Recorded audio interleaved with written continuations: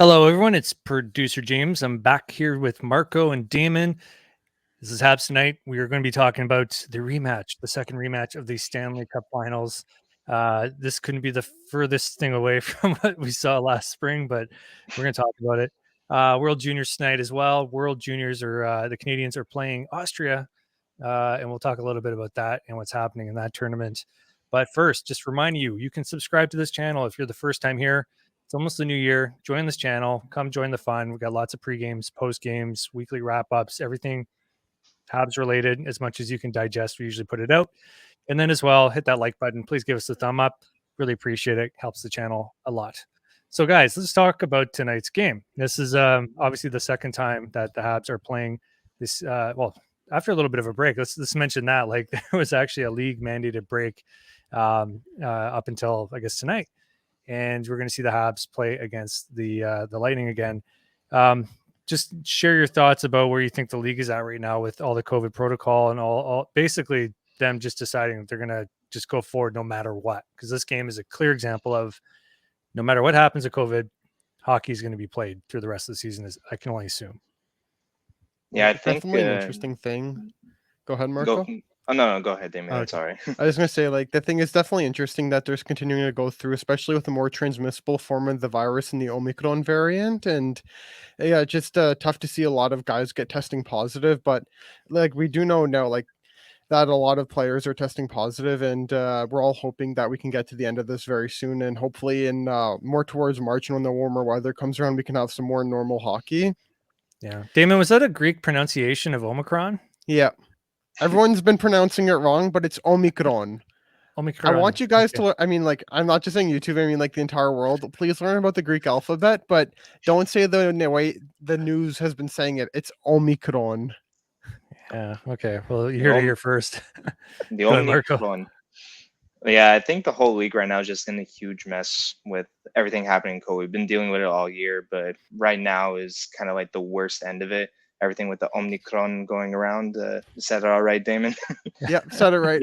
Yeah, it's. The league's been put in a tricky spot. If it were up to me, I would let the guys sit out a little bit longer to kind of contain the spread a little bit more. Because right now, I think it's a little bit rushed, in my opinion. And there's already games that are being postponed that are supposed to be played on the 29th, for example. But the league-wide break has been a good thing for the Canadians. For once, we could say they're undefeated in nearly 2 weeks, right? So it's always good to see. But no, apart from that, I just hope, like you said, Damon, that we could recover from this quickly. All the players could get back to full health, and we could see actually the actual teams going up against each other, and not AHL teams going up against other AHL NHL hybrids. Exactly. You couldn't have said it better. Yeah, and obviously tonight's game is basically Laval versus was it Syracuse? What's Syracuse the Crunch? Yeah. Yeah. Okay. Now, yeah, and if you look at the NFL and you look at the NBA, they're doing the same thing. They're NHL has introduced taxi squads, but last night I was watching the Miami Dolphins game, and in the Saints were missing like 20 guys. Due to COVID protocol. So that's football, but yeah, it's intense. I think they're just trying to play it out, and then hopefully by playoffs, seeding is going to get completely destroyed, but they don't want to cancel another season. They don't want to put people on escrow or delay another season, I should say. It's just going to screw everything up, I think, to the point where it's going to be even harder to recover. But tonight's game, let's take a quick look at the lineup, because there is a lineup. And just a couple of quick things to note. Gallagher and Niku are back. So they were on COVID protocol before it became the fashionable thing to do. So they're back in the lineup. But we need to go through this because there is a lot of new names, or at least names you're probably not very familiar with. So I'm going to run through the lineups really quick. So first line, Jonathan Drouin, Nick Suzuki, Brendan Gallagher. Welcome back, Brendan. Everyone knows those guys. Then we've got Raphael Harvey-Pinard, Ryan Poehling, and Cole Caulfield. So we're going to play a little game where Damon tells us a little bit about the players that you may not know. So tell us a little bit about Raphael Harvey-Pinard, and by all means, Marco, chip in if you want. Raphael Harvey-Pinard, he's an amazing story how he made the NHL. He was passed on in 2 different drafts, and he ended up making NHL now, but he ended up being a 7th rounder in the 2019 NHL entry draft. And then he also played for the Naranda Huskies. He played on 2 Memorial Cup teams. The first team he played on lost in 2016 to London in the heartbreaking overtime game. And then he eventually got the captaincy for Naranda and then eventually led them to the Memorial Cup win, which was really amazing. I unfortunately did not get to see the game as I was coming back from a trip to Toronto that weekend, but it was amazing to see him get the Memorial Cup. And also he's playing well in Laval, and also he typically in Laval when Caulfield's been down there, they've played together along with Paling down the middle. So this is kind of a Laval first line on the second line for the Canadian side, so we're really banged up. Also, Alex Belzile, as I'm sure you guys know, you might probably remember him from the 2020 bubble play. He actually got his first NHL playoff point before he got his first NHL regular season point. And he's someone who went undrafted, and then he eventually worked himself all the way up from the ECHL, bouncing around there, to the AHL, bouncing around, and then to the NHL, where he's found some success there now. Like, he's playing, he may not be a guy who puts up a lot of points, but he's playing really well there, and he's playing well in a fourth line role for Montreal when he's relied upon. And I've really liked what we've seen of Alex Belzile, and also Lucas Vegamo on the fourth line. He's actually a second rounder from the 2015 NHL entry draft, the as I like to call it, the jacked draft, as we have so many players, over 50 players from that draft have eventually made the NHL and played NHL games. And the other thing with Vegamo is our good friend Dale Luis actually assisted him on his first NHL goal in the end of 2020. And when I say the end of 2020, it was only March, because that was the last time that we actually had fans in the building. And that was against Nashville, for those who remember. Wow. Take a breath. All right. And Marco, any I don't know how you add to that, because I mean, Damon did a spot on job with covering all the players there. Apart from those guys that he did the little in-depth analysis on, I think we've seen a lot from these guys already. Especially Yolnin recently. He's shown that he can put in the back of the net. He's been playing good. I think we've seen Belzile, Paquette, Pizzetta, and the rest of the company in action. And obviously, this isn't our desired lineup that we ever want to go up against any other teams with. But thankfully, the Lightning are also banged up too. They're missing both of their goalies, Vasilevsky and Elliott. And they're also missing Sorelli and Sergachev, which are big players for them. And unlike, well, for us, we're used to playing shorthanded in a way this season with everything we've been so unlucky with. But I don't know if Tampa Bay really is. Maybe not nowhere near to the extent that we are. So I think if there is a game that we could overcome the Lightning, I think maybe it'll be this one, especially the Habs coming off a win. I know it's nearly 2 weeks ago, but like I said before, I think they're more used to the degraded lineup than the Lightning are, and perhaps they could take advantage of that tonight.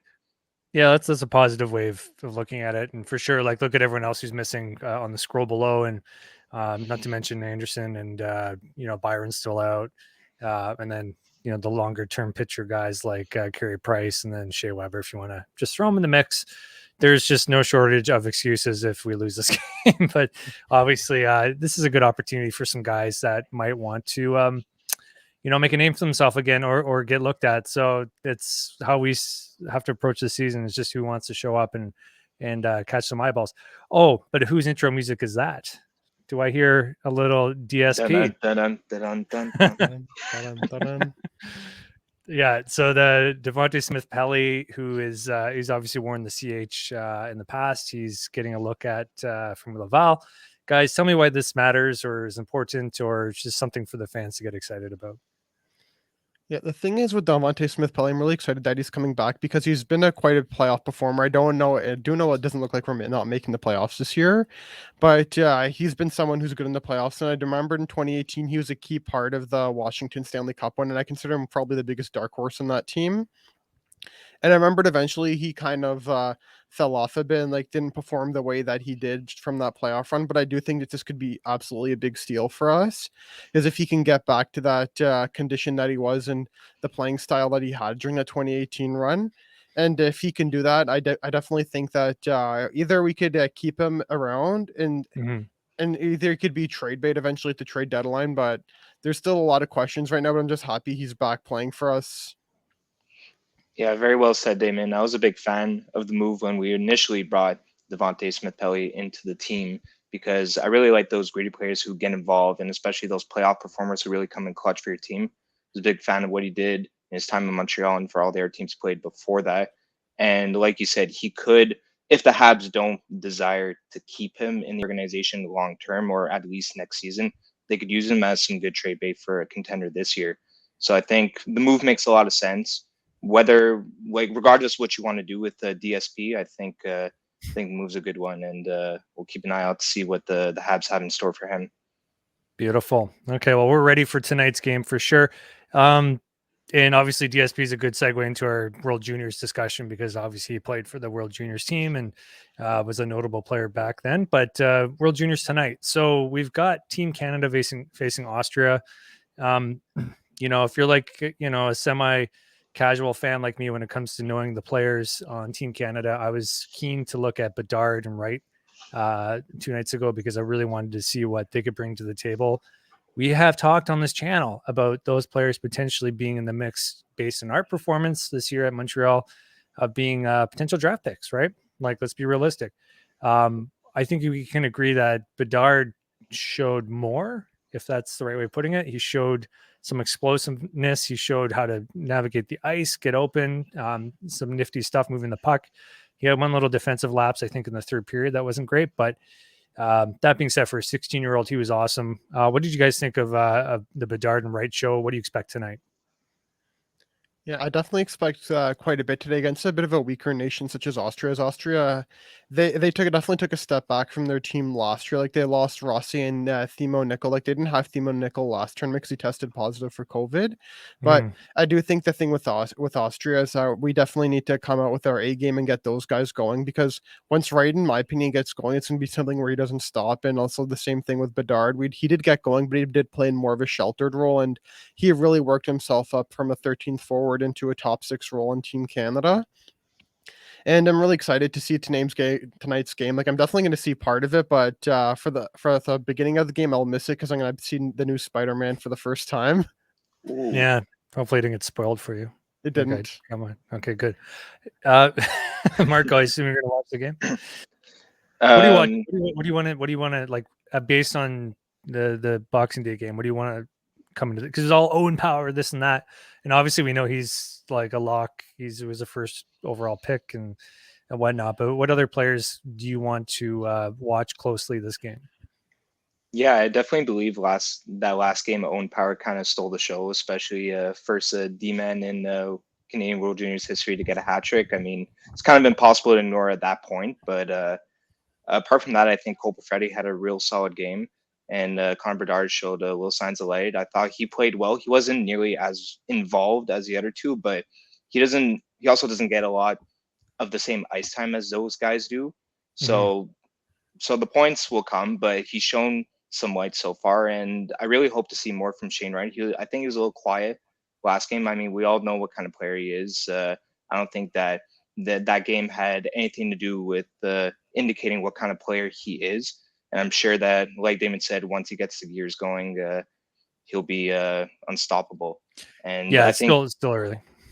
Yeah, it's still very early, and tonight's the night to do it too against Austria. I mean, they're already fatigued from yesterday, and they got real smothered by Finland. I mean, putting it lightly, they only had 9 shots on goal too. So if there's ever a rebound spot for him, I think it will be tonight. So I'll be watching closely to see Canada and the boys playing, and hopefully we could have Shane Wright show us why he's projected to go number 1 overall. Yeah, I don't think much. Well, when's Michkov? He's this year or next 2023. year? Next year with Bedard. All right, so he'll be toss up of Bedard. Get some nice goals the other night. And then obviously Team USA, 2 reported COVID cases. Now that's causing havoc because they got to forfeit a game, and then it's going to have potentially longer standing issues.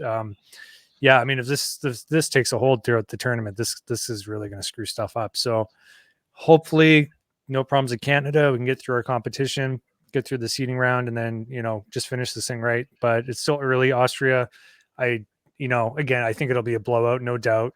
We already had a little bit of, brain farts in the first game. I think that gave the coaching staff an opportunity to adjust things and deal with some adversity. And now the team can kind of get rolling. I think that was a good move with the Bedard shift as well to the front 6. So yes, a lot to look forward to tonight, even if it's going to be a mismatch. And again, this was a pregame show for the Habs Lightning. And, I guess I have to watch 2 TVs at once.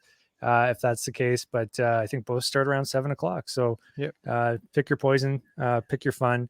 This was Habs tonight. This was our first pregame show in a couple weeks. So glad to be back. Hopefully no more, mandated stoppages from the league. We just pressed through this thing. Guys, thanks for joining me. I look forward to it. If you're watching again, please subscribe.